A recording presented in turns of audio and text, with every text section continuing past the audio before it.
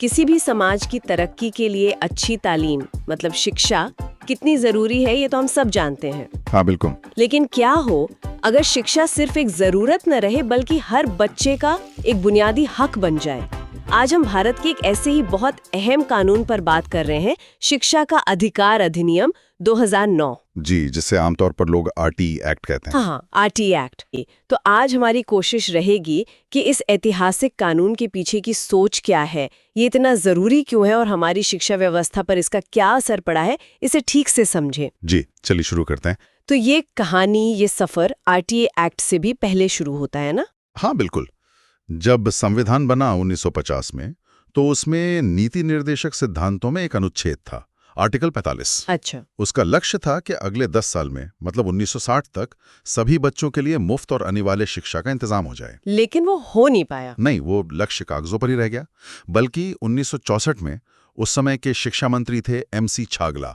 उन्होंने बड़ी एक दिलचस्प बात कही थी। क्या कहा था उन्होंने? उन्होंने कहा था कि संविधान बनाने वालों का मतलब ये नहीं था कि बस कहीं भी झुग्गी झोपड़ी में स्कूल खोल दो, बिना ट्रेनिंग वाले टीचर रख लो और रद्दी किताबें दे दो। उनका मकसद था कि 6 से 14 साल के बच्चों को असल में, मतलब सही मायनों में शिक्षा मिले। तो ये बस एक इच्छा जैसी थी, कोई कानूनी अधिकार नहीं था तब। हाँ, ये डायरेक्टिव प्रिंसिपल था, मतलब सरकार के लिए एक निर्देश था, बाइंडिंग नहीं था। और फिर आया एक बड़ा टर्निंग पॉइंट साल 2002 में। जी, 86वां संविधान संशोधन, ये बहुत अहम था। इसने क्या बदला? इसने संविधान के भाग 3 में, जो मौलिक अधिकारों का हिस्सा है, उसमें एक नया अनुच्छेद जोड़ा, 21A।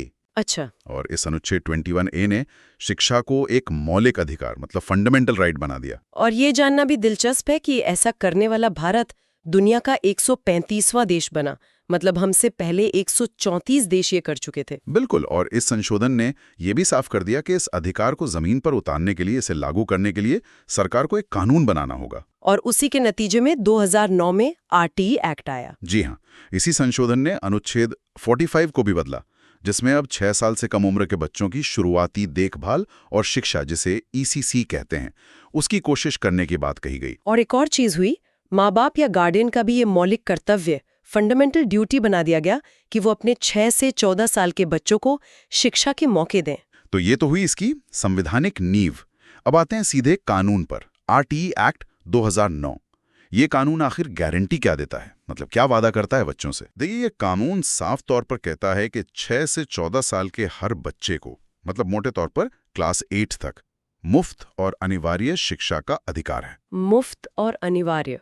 मुफ्त का मतलब है कि बच्चे या उसके माँ बाप से कोई ऐसी फीस या कोई ऐसा खर्चा नहीं लिया जाएगा जो उसे स्कूल आने या पढ़ाई पूरी करने से रोके, जैसे ट्यूशन फीस, एडमिशन फीस वगैरह।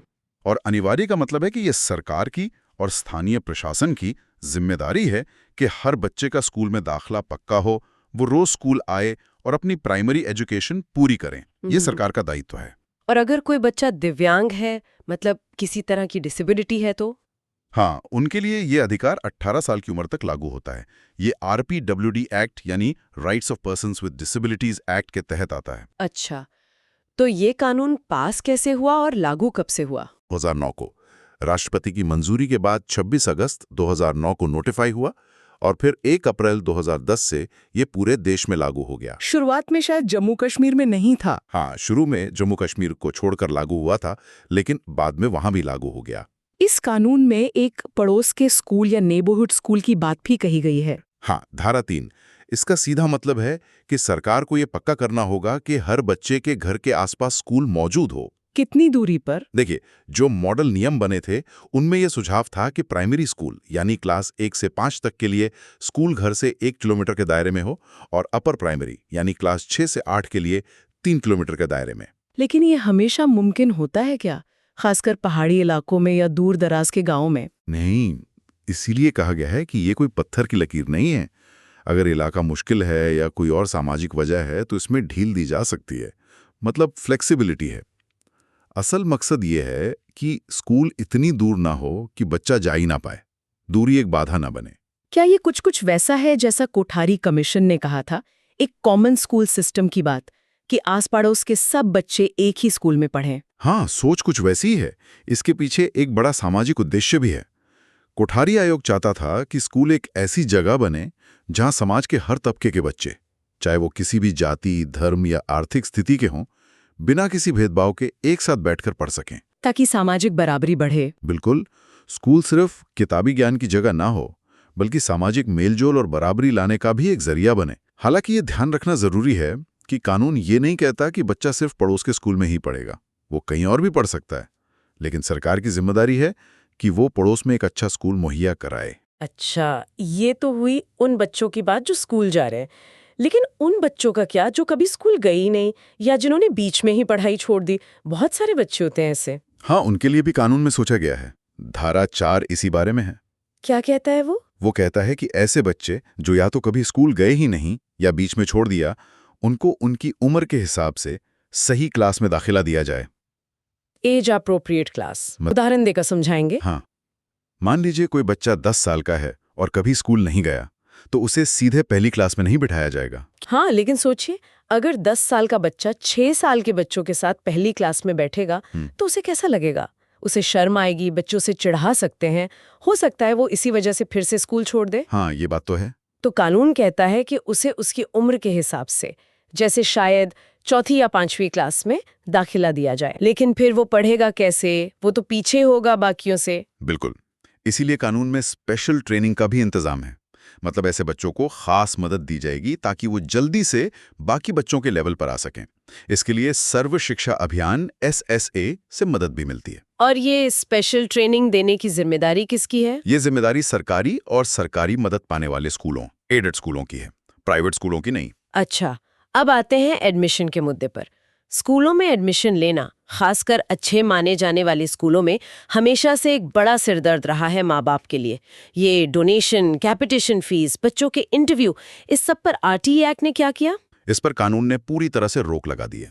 धारा 13 साफ कहती है कि कोई भी स्कूल दाखिले के लिए बच्चे या माँ बाप से किसी भी तरह की कैपिटेशन फीस या डोनेशन नहीं मांग सकता। और वो जो बच्चों का टेस्ट या इंटरव्यू लेते थे एडमिशन से पहले, उस पर भी पूरी तरह रोक है।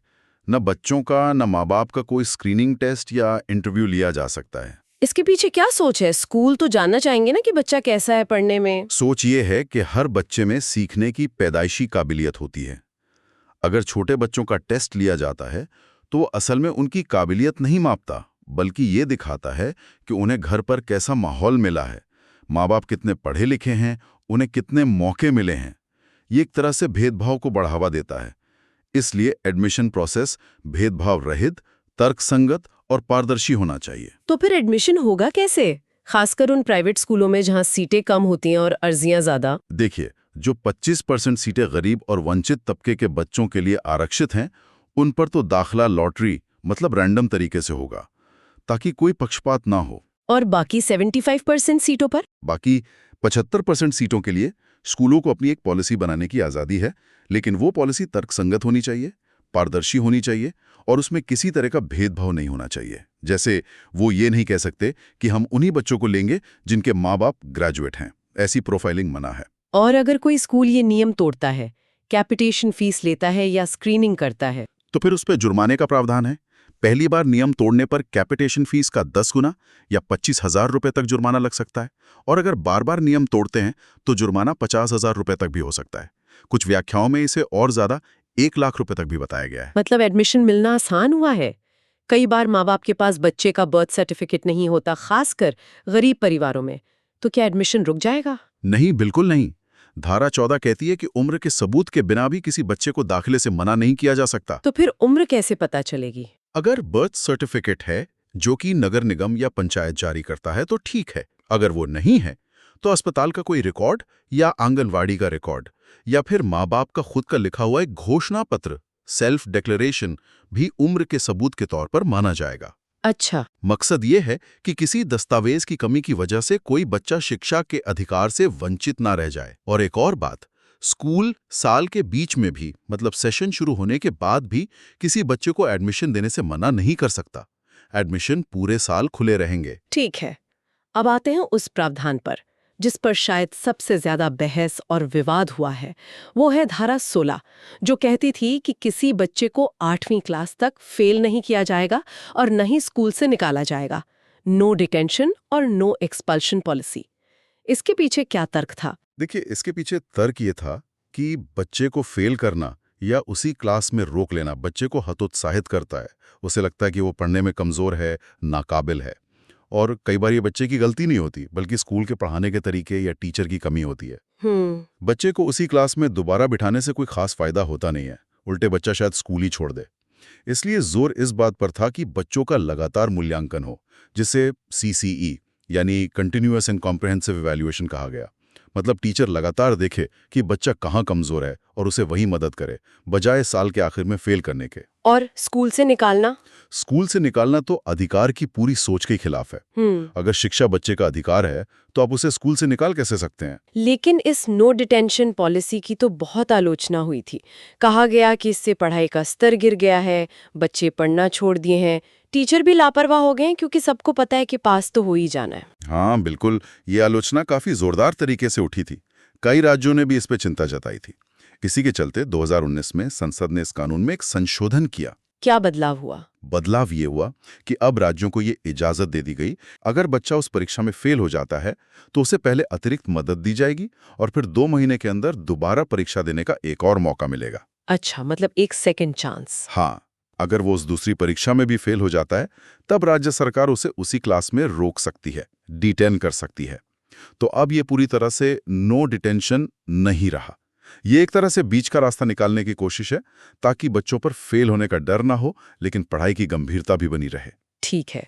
और बच्चों को सजा देना, स्कूलों में मारने पीटने या डांटने डपटने का चलन तो काफी आम रहा है, उस पर कानून क्या कहता है? पूरी तरह से रोक लगाता है। किसी भी बच्चे को शारीरिक सजा देना या मानसिक रूप से प्रताड़ित करना, जैसे उसे बेइज्जत करना, डराना धमकाना, ये सब पूरी तरह से मना है। क्यों? क्या अनुशासन के लिए ये जरूरी नहीं है? नहीं, कानून की नजर में ये बच्चे की गरिमा, डिग्निटी के खिलाफ है। संविधान का अनुच्छेद 39F भी बच्चों के सम्मान की बात करता है। राष्ट्रीय शिक्षा नीति 1986-92 में भी यही कहा गया था। और UNCRC यानी बाल अधिकारों पर संयुक्त राष्ट्र का कन्वेंशन भी यही कहता है। मकसद ये है कि स्कूल डर और सजा की जगह ना हो। बच्चों को सीखने के लिए एक पॉजिटिव, सुरक्षित और खुशनुमा माहौल मिलना चाहिए। अनुशासन डर से नहीं आता, बल्कि प्यार, आपसी सम्मान और सही मार्गदर्शन से आता है। ये तो हुई बच्चों के अधिकारों की बात, लेकिन इन अधिकारों को जमीन पर उतारने की जिम्मेदारी किसकी है? यहीं पर शायद स्कूलों की भूमिका आती है। और वो जो 25% आरक्षण वाला नियम है वो भी? हाँ बिल्कुल। और जो खास कैटेगरी के स्कूल हैं जैसे केंद्रीय विद्यालय, नवोदय विद्यालय, हाँ, उनके लिए धारा 12(1)(3) में एक बहुत अहम नियम है। उन्हें अपनी एंट्री लेवल क्लास में, यानी अगर स्कूल पहली क्लास से शुरू होता है तो पहली में, या अगर नर्सरी या केजी से शुरू होता है तो उसमें आस पड़ोस का कमजोर वर्ग यानी EWS, इकोनॉमिकली वीकर सेक्शन, और वंचित समूह यानी DG, डिसएडवांटेज्ड ग्रुप के कम से कम 25% बच्चों को दाखिला देना होगा। कमजोर वर्ग और वंचित समूह में कौन आते हैं? इसकी परिभाषा राज्य सरकारें तय करती हैं। आमतौर पर कमजोर वर्ग में आय के आधार पर तय होता है, जैसे जिनकी सालाना आमदनी एक सीमा से कम हो। और वंचित समूह में SC, ST, OBC, non creamy layer, अनाथ बच्चे, दिव्यांग बच्चे, ट्रांसजेंडर बच्चे वगैरह शामिल हो सकते हैं। और इन 25% बच्चों की फीस का क्या होगा? वो तो प्राइवेट स्कूल की फीस नहीं दे पाएंगे। नहीं, उन्हें कोई फीस नहीं देनी होगी। उनका जो भी खर्चा होगा उसका भुगतान सरकार उस प्राइवेट स्कूल को करेगी। कितना भुगतान करेगी? सरकार उस स्कूल को प्रति बच्चा उतना पैसा देगी जितना वो खुद एक बच्चे पर अपने सरकारी स्कूलों में खर्च करती है, या उस प्राइवेट स्कूल की जो असल फीस है, दोनों में से जो भी कम हो। इस 25% आरक्षण के पीछे क्या सोच थी? इसके पीछे दोहरी सोच है। एक तो जाहिर है, गरीब और वंचित तबके के बच्चों को भी अच्छे प्राइवेट स्कूलों में पढ़ने का मौका मिले। और दूसरी, शायद उससे भी ज्यादा बड़ी सोच, सामाजिक समावेश, सोशल इंक्लूजन और बराबरी को बढ़ावा देना है। वो कैसे? जब अलग अलग सामाजिक और आर्थिक पृष्ठभूमि के बच्चे एक ही क्लास में साथ पढ़ते हैं, खेलते हैं, खाना खाते हैं, तो उनके बीच की दीवारें टूटती हैं। वे एक दूसरे को बेहतर समझ पाते हैं, एक दूसरे का सम्मान करना सीखते हैं। इससे समाज में बराबरी का भाव बढ़ता है। ये सिर्फ उन 25% बच्चों के लिए ही नहीं, बल्कि बाकी 75% बच्चों के लिए भी सीखने का एक अच्छा अनुभव होता है। और ये दाखिला सिर्फ एंट्री लेवल क्लास में ही क्यों? बीच की क्लासों में क्यों नहीं? इसका तर्क ये दिया गया कि अगर बच्चे छोटी उम्र से ही साथ पढ़ेंगे तो उनका आपस में घुलना मिलना आसान होगा। धीरे धीरे जब ये बच्चे ऊपर की क्लासों में जाएंगे तो स्कूल अपने आप ज्यादा समावेशी होता जाएगा। स्कूलों को चलाने में, उनके मैनेजमेंट में पेरेंट्स की क्या भूमिका तय की गई है इस कानून में? इसके लिए स्कूल प्रबंधन समिति यानी एसएमसी का प्रावधान है धारा 21 में। ये किन स्कूलों में बनाना जरूरी है? ये सरकारी स्कूलों और एडेड स्कूलों में बनाना अनिवार्य है। इसमें कौन लोग होते हैं? इसमें कम से कम 3/4 सदस्य बच्चों के माँ बाप या अभिभावक होते हैं। अच्छा। और इन पेरेंट्स में से कम आधी महिलाएं होनी चाहिए। अच्छा, मतलब पेरेंट्स का बहुमत होता है इसमें? हाँ बिल्कुल। बाकी 25% सदस्यों में स्कूल के टीचर, आमतौर पर हेडमास्टर पदीन सदस्य सचिव होते हैं, उस इलाके के चुने हुए प्रतिनिधि जैसे पंच या पार्षद, शिक्षाविद या कोई और स्थानीय व्यक्ति हो सकता है। स्कूल को मिलने वाले सरकारी अनुदान, ग्रांट का कैसे इस्तेमाल हो रहा है ये देखना, स्कूल के विकास के लिए योजना बनाना, स्कूल डेवलपमेंट प्लान, और ये पक्का करना कि स्कूल कानून के नियमों का पालन कर रहा है या नहीं। मतलब एक तरह से स्कूल को समुदाय और पेरेंट्स के प्रति जवाबदेह बनाना। और प्राइवेट स्कूलों में क्या वहां भी एसएमसी बनाना जरूरी है? कानून में प्राइवेट स्कूलों के लिए एसएमसी की भूमिका को लेकर स्थिति थोड़ी अलग है। सुप्रीम कोर्ट के कुछ फैसलों के बाद, खासकर अल्पसंख्यक स्कूलों के मामले में, ये माना गया कि प्राइवेट स्कूलों में एसएमसी की भूमिका ज्यादातर सलाह देने तक ही सीमित रहेगी, उनके मैनेजमेंट में सीधा दखल नहीं होगा। ठीक है, अब बात करते हैं टीचर्स की। शिक्षा की क्वालिटी तो आखिर टीचर पर ही निर्भर करती है। आरटीए एक्ट में टीचर्स के लिए क्या खास बातें हैं? हाँ, टीचर्स की भूमिका तो सबसे अहम है और कानून में उनके लिए कई महत्वपूर्ण बातें कही गई हैं। धारा 23 कहती है कि टीचर बनने के लिए सरकार द्वारा तय की गई न्यूनतम योग्यता यानी मिनिमम क्वालिफिकेशंस होना जरूरी है। ये योग्यता कौन तय करता है? ये योग्यता एनसीटीई यानी national council for teacher education तय करती है, जैसे कि डीएलएड या बीएड की डिग्री और टीईटी यानी टीचर एलिजिबिलिटी टेस्ट पास होना जरूरी है। और टीचरों के कर्तव्य क्या बताए गए हैं? धारा 24 में उनके कर्तव्य बताए गए हैं, जैसे नियमित रूप से और समय पर स्कूल आना, समय पर सिलेबस पूरा करना, हर बच्चे की सीखने की क्षमता का आकलन करना और उसके हिसाब से उसे मदद देना, सीसी। पेरेंट्स के साथ नियमित रूप से मीटिंग करना और उन्हें बच्चे की प्रोग्रेस के बारे में बताना। क्लास में कितने बच्चों पर कितने टीचर होने चाहिए, इस पर भी कुछ कहा गया है, जिसे पीटीआर कहते हैं। हाँ, छात्र शिक्षक अनुपात, प्यूपल टीचर रेशियो, पीटीआर के बारे में धारा 25 में बताया गया है।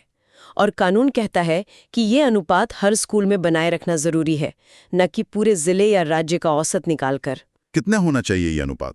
प्राइमरी लेवल क्लास 1-5 के लिए 30 बच्चों पर कम से कम एक टीचर 30.1 और अपर प्राइमरी क्लास 6-8 के लिए 35 बच्चों पर कम से कम एक टीचर 35.1। और अगर बच्चे कम हो तो, जैसे किसी छोटे गांव के स्कूल में, उसके लिए भी न्यूनतम संख्या तय है।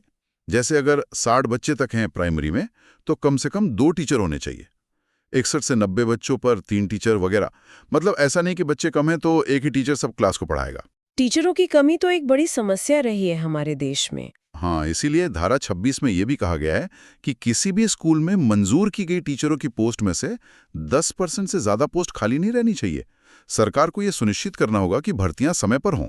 टीचरों से पढ़ाई के अलावा और भी बहुत सारे काम करवाए जाते हैं, उस पर कानून क्या कहता है? धारा 27 इस बारे में है। वो कहती है कि किसी भी टीचर को गैर शैक्षणिक कामों में नहीं लगाया जाएगा, सिवाय 3 कामों के: 10 साल में होने वाली राष्ट्रीय जनगणना, आपदा राहत कार्य जैसे बाढ़ या भूकंप के समय, और स्थानीय निकाय, विधानसभा या लोकसभा के चुनाव। मकसद यह है कि टीचर अपना पूरा ध्यान बच्चों को पढ़ाने पर लगा सके। और एक चीज और, प्राइवेट ट्यूशन। बहुत से सरकारी टीचर प्राइवेट ट्यूशन भी पढ़ाते हैं। धारा 28 उस पर पूरी तरह से रोक लगाती है। कोई भी टीचर प्राइवेट ट्यूशन नहीं पढ़ा सकता। अब बात करते हैं कि पढ़ाया क्या जाए और कैसे पढ़ाया जाए, मतलब सिलेबस और पढ़ाने के तरीके के बारे में कानून क्या कहता है? धारा 29 कहती है कि सिलेबस ऐसा होना चाहिए जो संविधान में दिए गए मूल्यों के अनुरूप हो। वो बच्चे के सर्वांगीण विकास, ऑलराउंड डेवलपमेंट पर केंद्रित होना चाहिए। मतलब सिर्फ किताबी ज्ञान नहीं, बल्कि शारीरिक, मानसिक, भावनात्मक, सामाजिक सभी पहलुओं का विकास। और पढ़ाने का तरीका बाल केंद्रित, चाइल्ड सेंटर्ड और एक्टिविटी आधारित होना चाहिए। मतलब रट्टा मारने की बजाय बच्चे खुद करके सीखें, खोजबीन करें। सीखने का माहौल ऐसा हो जिसमें बच्चा सवाल पूछने में डरे नहीं, भयमुक्त हो, और जहां तक मुमकिन हो शुरुआती पढ़ाई बच्चे की मातृभाषा में ही होनी चाहिए। इसका आधार NCF 2005 है। और परीक्षा 8वीं तक कोई बोर्ड परीक्षा नहीं होगी। हाँ, धारा 30 कहती है कि प्राथमिक शिक्षा एलिमेंट्री एजुकेशन पूरी होने तक किसी बच्चे को कोई बोर्ड परीक्षा पास करने की जरूरत नहीं होगी, यानी 8वीं क्लास तक कोई बोर्ड एग्जाम नहीं होगा। इसका क्या कारण है? कारण वही है, बच्चों पर परीक्षा के बेवजह के तनाव और चिंता को कम करना। जोर सीखने पर होना चाहिए, न कि सिर्फ परीक्षा पास करने पर। तो ये तो हुई कानून की काफी सारी बातें जो सुनने में तो बहुत अच्छी लगती हैं, लेकिन सवाल ये है कि जमीन पर इनका असर कैसा रहा है? क्या वाकई कुछ बदला है इन सालों में? देखिए, बदलाव तो हुए हैं, इसमें कोई शक नहीं। सबसे बड़ा बदलाव तो स्कूलों में बच्चों के एनरोलमेंट में आया है। बच्चों का दाखिला बढ़ा है, खासकर लड़कियों का। एक सरकारी रिपोर्ट ASR के मुताबिक 2018 तक 6 से 14 साल के बच्चों में स्कूल ना जाने वाले बच्चों का प्रतिशत बहुत कम हो गया था, शायद 3% से भी कम। मतलब लगभग सभी बच्चे स्कूल में नामांकित थे। टॉयलेट वगैरह में भी सुधार हुआ है, जैसे लड़कियों के लिए इस्तेमाल करने लायक टॉयलेट वाले स्कूलों की संख्या काफी बढ़ी। 2018 तक लगभग 2 गुनी होकर 66% से ज्यादा हो गई थी। और वो जो 25% कोटा था प्राइवेट स्कूलों में, उसका कुछ असर हुआ? हाँ, आंकड़े बताते हैं कि उसके तहत लाखों बच्चों को, शायद 33 लाख से भी ज्यादा वंचित तबकों के बच्चों को प्राइवेट स्कूलों में दाखिला मिला है। तो पहुंच बड़ी है, ये तो मानना पड़ेगा। लेकिन क्या सब कुछ ठीक हो गया है या चुनौतियां अभी भी बाकी हैं? नहीं, सब कुछ ठीक तो बिल्कुल नहीं हुआ है।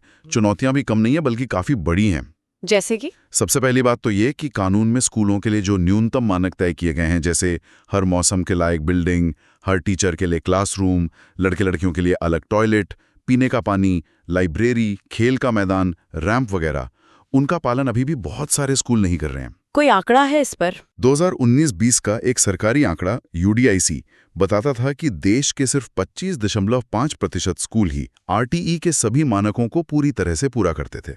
और चिंता की बात यह है कि उसके बाद से इस तरह का पूरा डेटा नियमित रूप से सार्वजनिक नहीं किया जा रहा है। और टीचरों की कमी? वो एक बहुत बड़ी समस्या बनी हुई है। 2015 में ही एक अनुमान था कि देश भर में लगभग 5 लाख से ज्यादा टीचरों की कमी है, और ये कमी खासकर ग्रामीण और दूर दराज के इलाकों में ज्यादा है। PTR का पालन भी कागजों पर ज्यादा होता है, हकीकत में कम। और इन सब का कारण कहीं ना कहीं पैसे की कमी भी तो है। शिक्षा पर खर्च तो हमेशा से एक मुद्दा रहा है। बिल्कुल, ये शायद सबसे बड़ी और जड़ वाली चुनौती है। कोठारी कमीशन ने 1966 में कहा था कि GDP का 6% शिक्षा पर खर्च होना चाहिए। RTE एक्ट लागू होने के बाद भी ये सिफारिश दोहराई गई, लेकिन असल खर्च लगातार GDP के 4% से भी कम रहा है, कभी कभी तो 3% के आसपास। केंद्र और राज्यों के बीच खर्च का बंटवारा कैसे होता है? शुरू में ये अनुपात 65-35 था, केंद्र राज्य, पूर्वोत्तर राज्यों के लिए 90-10। बाद में इसे थोड़ा बदला गया, शायद 60-40 या 68-32 हुआ। लेकिन मुद्दा ये है कि कुल मिलाकर बजट ही जरूरत के हिसाब से काफी कम रहा है।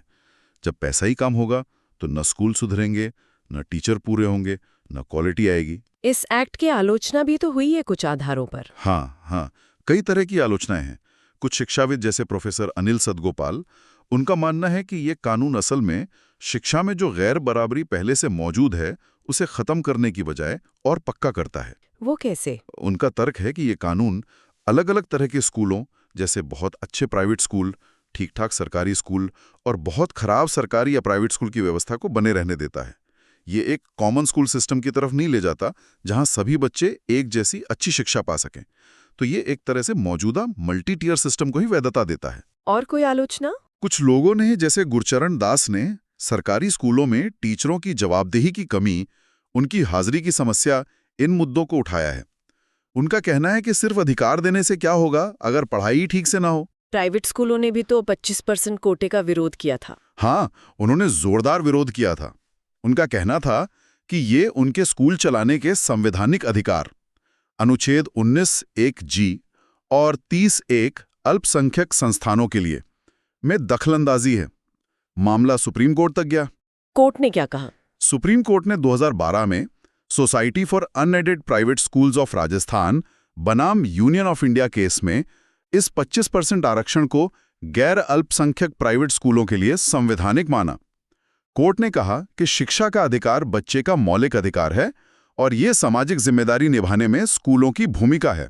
लेकिन अल्पसंख्यक स्कूलों को छूट मिल गई। हाँ, 2014 में एक और फैसले, Pramati educational and cultural trust बनाम यूनियन ऑफ इंडिया में सुप्रीम कोर्ट ने कहा कि अल्पसंख्यक संस्थानों चाहे वो सहायता प्राप्त हो या ना हो, पर ये 25% कोटा लागू नहीं होगा, क्योंकि संविधान का अनुच्छेद 30 उन्हें अपने संस्थान चलाने की विशेष आज़ादी देता है। जमीन पर इस कोटे को लागू करने में भी दिक्कतें आईं। हाँ, बिल्कुल। कई जगहों से ऐसी खबरें आईं कि कुछ प्राइवेट स्कूल तरह तरह के बहाने बनाकर गरीब बच्चों को एडमिशन देने से कतराते हैं। कभी डॉक्यूमेंट्स पूरे नहीं होने की बात कहते हैं, कभी दूरी का बहाना बनाते हैं। अनाथ बच्चों के लिए ज़रूरी कागजात जुटाना भी एक बड़ी समस्या बन गया। जबकि कानून कहता है कि कागज़ की कमी से एडमिशन नहीं रुकेगा, तो कानून और अमल में एक फासला दिखता है। एक सवाल ये भी उठता है कि ये कानून 6 साल से कम उम्र के बच्चों की बात क्यों नहीं करता, जबकि आजकल तो प्ले स्कूल, नर्सरी, केजी यानी अर्ली चाइल्डहुड एजुकेशन को बहुत अहम माना जाता है। हाँ, ये एक बहुत जायज़ नुक्ता है। आरटी एक्ट मुख्य रूप से 6 से 14 साल के आयु वर्ग पर ही केंद्रित है। जैसा हमने पहले बात की थी, 86वें संशोधन ने अनुच्छेद 45 को बदलकर शुरुआती बचपन की देखभाल और शिक्षा ECCE early childhood care and education का प्रावधान तो किया है, लेकिन वो सरकार के लिए एक निर्देश है। आरटी एक्ट की तरह कानूनी तौर पर लागू करने योग्य अधिकार नहीं है। तो ये एक कमी मानी जाती है।